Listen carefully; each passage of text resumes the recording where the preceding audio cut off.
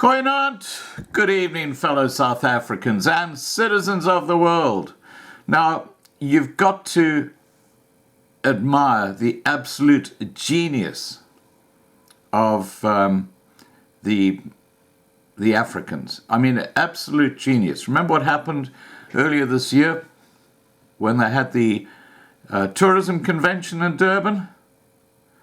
Didn't they have a treat?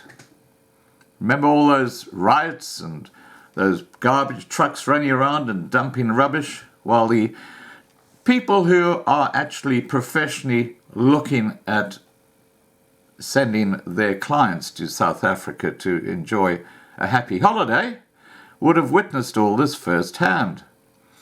You know, it was just, the timing was just, you just can't challenge the timing. It was perfect.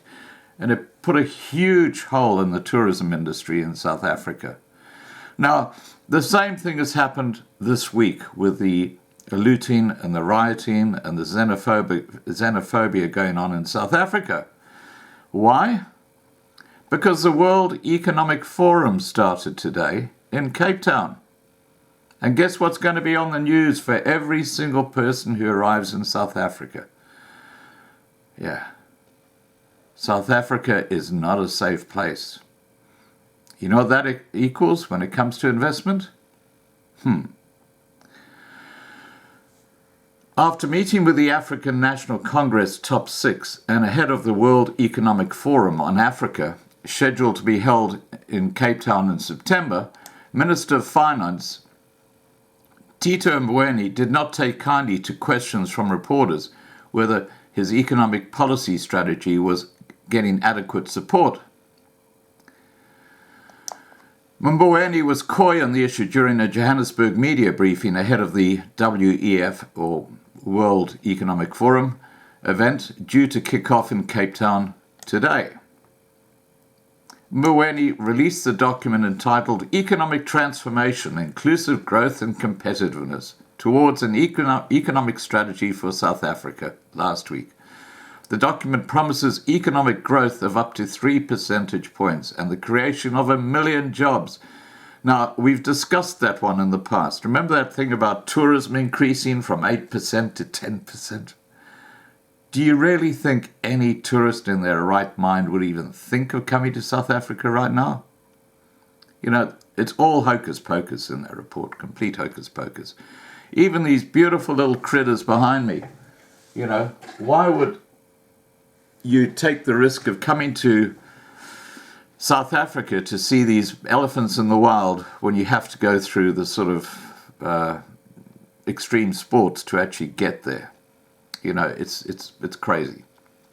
Anyway, let's get back to the WEF, or World Economic Forum. Mboweni's remarks were made available through video contained in a thread of tweets by media guru Tinus Ferreira. When asked by a journalist on behalf of investors who will not be at the WEF whether the document had been given support by social partners, Mboweni shut the line of questioning down, saying the media briefing was not the appropriate forum. There is a time and place for that, Mboweni rebuffed more than once. You should also respect older people, he added, as the reporter pressed him with the question. Mboweni's last remark to the reporter was, I think you are being unkind. When additional journalists restated the question, Mboweni said, when I was much younger, which was quite many years ago, I used to teach ANC activists politics, and one of the subjects was dialectical materialism. Within a dialect, materialism, there was a section I really liked called time and place. My students would answer that question by saying, this is not the time or place for that question, the minister maintained. Mboweni met with ANC's top 6 on Monday to discuss a much-debated economic policy paper he released via the National Treasury last week. The 77-page document set out a list of interventions and reforms aimed at turning around the country's flagging economy.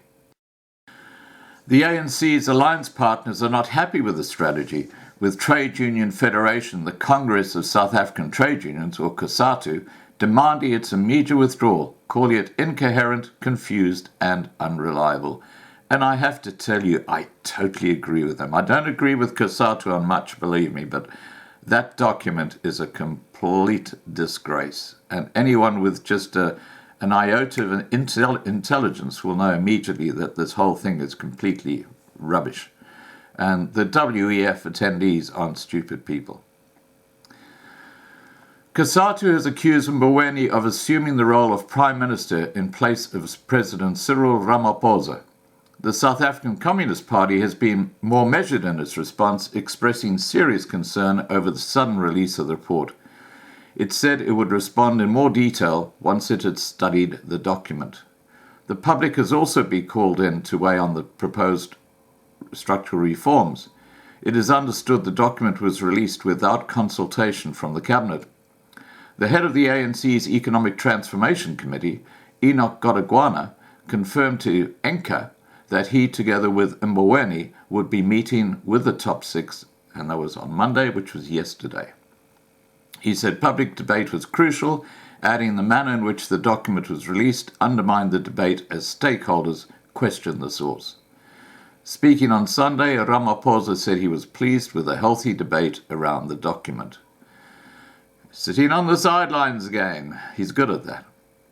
Ramaphosa, who enjoys strong support in the alliance, said critics should come up with their own ideas. He added that government wanted to rely on a process that was open and consultative to get the buy-in. During a media briefing on the outcome of its Central Executive Committee meeting, Cosatu Deputy General Secretary Soli Feto said Mboweni was pursuing a right-wing agenda that was defeated at several ANC conferences. So there you go. As I said, genius timing, absolute genius. Here you've got all these economic leaders from all over the world getting together in Cape Town, and everything they see on the news will be looting and rioting and xenophobia and, whoa, red flag alerts, don't invest here, don't invest here. Whew. Can't beat that, I tell you what. All right, guys, please remember to subscribe to be kept informed and ring the bell for the updates, and have a safe day. Bye for now.